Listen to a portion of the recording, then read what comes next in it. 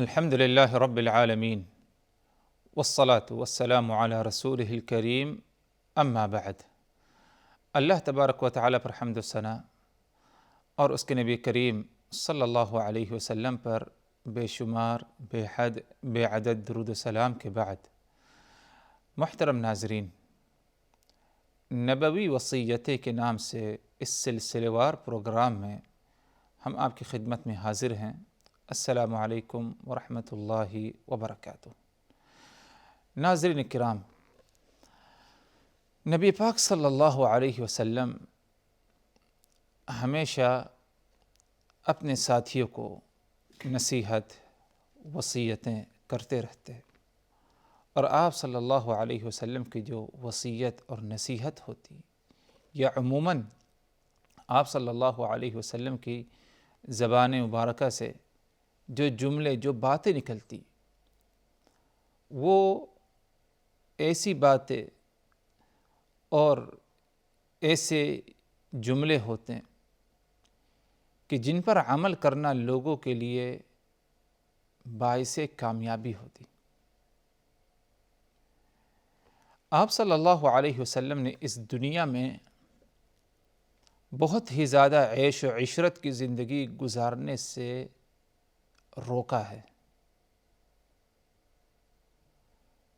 اسی لیے آپ صلی اللہ علیہ وسلم خود اس دنیا میں بہت ہی زیادہ عیش و عشرت کی زندگی نہیں گزارا کرتے تھے، بلکہ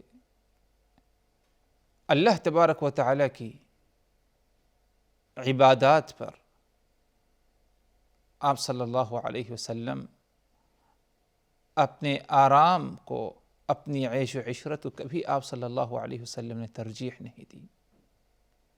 ایک واضح مثال لے لی جائے اس کی کہ آپ صلی اللہ علیہ وسلم کبھی مکمل رات نہیں سوتے۔ رات کے وقت انسان آرام کا محتاج ہوتا ہے، سونا چاہتا ہے، اچھی نیند، گہری نیند، لیکن اس کے باوجود آپ صلی اللہ علیہ وسلم رات کے کچھ حصے میں جاگ کر کے اللہ تبارک و تعالیٰ کی عبادت ضرور کیا کرتے تھے۔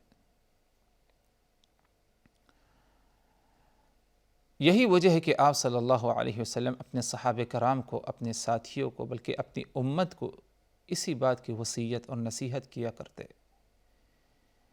کہ اس دنیا میں عیش و عشرت کی زندگی، کثرت سے اس چیز کو اپنانا اور عیش و عشرت کے ساتھ زندگی گزارنا، یہ ایمان والے کے لیے غیر مناسب ہے۔ اس سلسلے میں مسند احمد کی روایت ہے، نبی پاک صلی اللہ علیہ وسلم کے اصحاب میں سے ایک اہم اور عظیم الشخصیت صحابی حضرت معاذ ابن جبل رضی اللہ عنہ کے بارے میں آتا ہے کہ جب معاذ ابن جبل رضی اللہ عنہ یمن کی طرف آپ صلی اللہ علیہ وسلم ان کو روانہ کر رہے تھے، اور یمن کی طرف روانہ کرنے کا مقصد صرف اور صرف صحیح دین کی طرف لوگوں کو دعوت دینا تھا۔ یمن کی طرف حضرت معاذ ابن جبل کو رسول اللہ صلی اللہ علیہ وسلم جو بھیجا، مقصد صرف اور صرف ایک تھا، اور وہ یہ کہ لوگوں کو صحیح دین کی طرف دعوت دیں، صحیح دین کی رہنمائی فرمائیں۔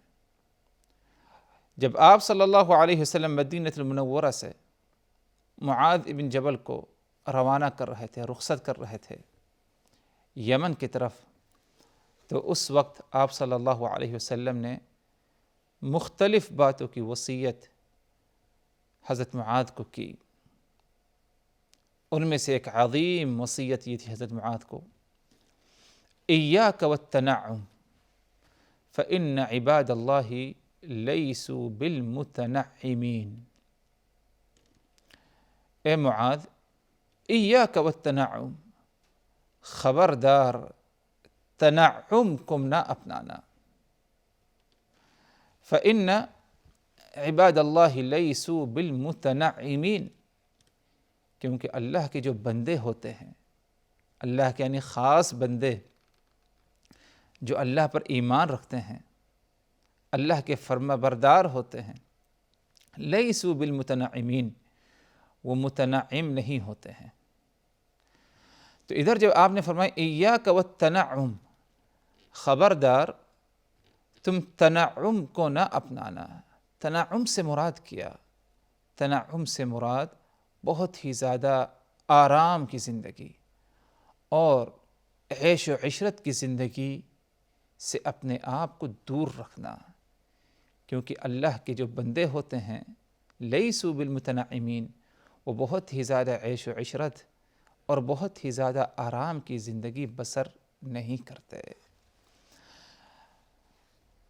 عیش و عشرت کی زندگی اور اسی طرح آرام کی زندگی سے مراد کیا حضرات؟ اس سے مراد یہ ہے حضرات کہ انسان اتنا زیادہ آرام اور راحت کو اپنائے اس دنیا میں کہ اللہ تبارک و تعالیٰ کے حقوق اور دوسرے کے حقوق کو کیا ہے ترک کرتے۔ ایسی زندگی گزارنے سے آپ صلی اللہ علیہ وسلم نے کیا ہے منع فرمایا ہے، کیونکہ بعض حالات میں جب انسان مال حاصل کرتا ہے، دنیا طلب کرتا ہے، اس کے پاس دنیا آ جاتی ہے، مال کی کثرت ہوتی ہے، تو اس مال کے ذریعے بہت کچھ آرام اور بہت کچھ عیش و عشرت کے اسباب کو کیا ہے اختیار کر لیتا ہے۔ تو اس سے رسول اللہ صلی اللہ علیہ وسلم نے کیا ہے ہمیں کیا ہے منع فرمایا۔ اور اس کی ایک اہم وجہ یہ ہے حضرات کہ جتنا زیادہ انسان آرام کرے گا اور جتنا زیادہ راحت کو حاصل کرنے کی کوشش کرے گا، عیش و عشرت کی زندگی جتنی زیادہ حاصل کرنے کی کوشش کرے گا، اتنا ہی زیادہ اللہ تبارک و تعالیٰ کی یاد، اللہ تبارک و تعالیٰ کے ذکر سے وہ کیا ہے دور ہو سکتا ہے۔ تو اس نتیجے پر انسان نہ پہنچے کہ اللہ کے ذکر سے غافل ہو جائے، رسول اللہ صلی اللہ علیہ وسلم نے تنعم کی زندگی سے ہمیں کیا ہے روکا ہے۔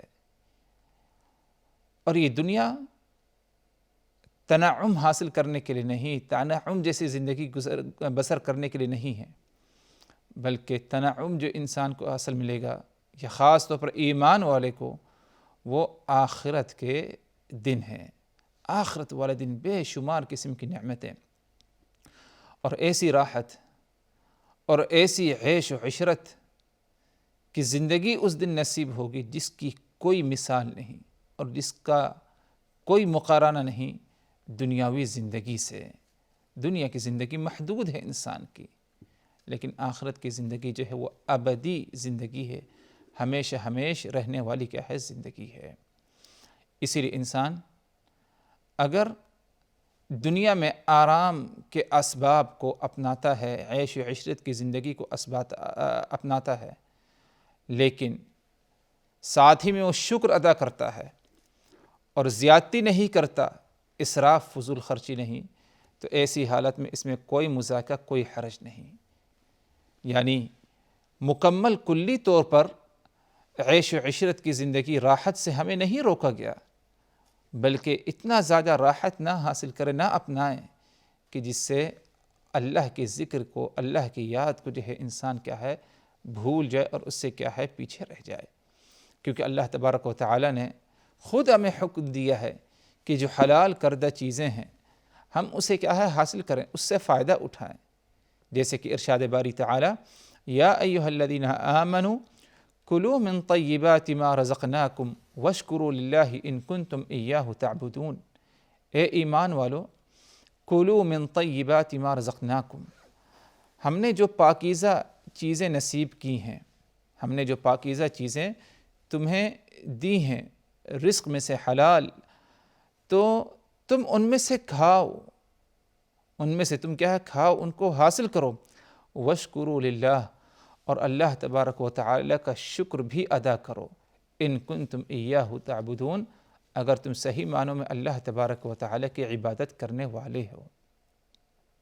تو اس آیت میں اللہ تبارک و تعالی نے ایمان والوں کو خطاب فرمایا اور کہا کہ یا ایھا الذین آمنوا، اے ایمان والو، کلوا من طیبات ما رزقناکم، ہم نے جو پاکیزہ رزق دیا ہے، پاکیزہ چیزیں اس دنیا میں رکھی ہیں، حلال چیزیں، تم ان میں سے کھاؤ. یعنی کوئی پابندی نہیں لگائی اللہ نے، بلکہ کھاؤ. شرط یہ ہے کہ ان حلال اور پاکیزہ چیزوں کو حاصل کرو، ان سے فائدہ اٹھاؤ. شرط یہ ہے وَاشْكُرُوا لِلَّهِ إِن كُنتُمْ إِيَّاهُ تَعْبُدُونَ، اللہ کا شکر ادا کرنا. یعنی اتنا زیادہ انسان حلال چیزوں کے پیچھے نہ پڑ جائے کہ اللہ کے شکر کو بھول جائے. یعنی ادھر فوراً جب اللہ تبارک و تعالی نے حلال کو اپناؤ، حلال سے فائدہ اٹھاؤ پاکیزہ چیزوں سے، اس کے بعد جو شکر کا حکم دیا، اس میں اسی بات کی طرف اشارہ ہے کہ حلال چیزوں کو حاصل کرنے کے بعد اللہ کا شکر ادا کرنا نہ بھولنا.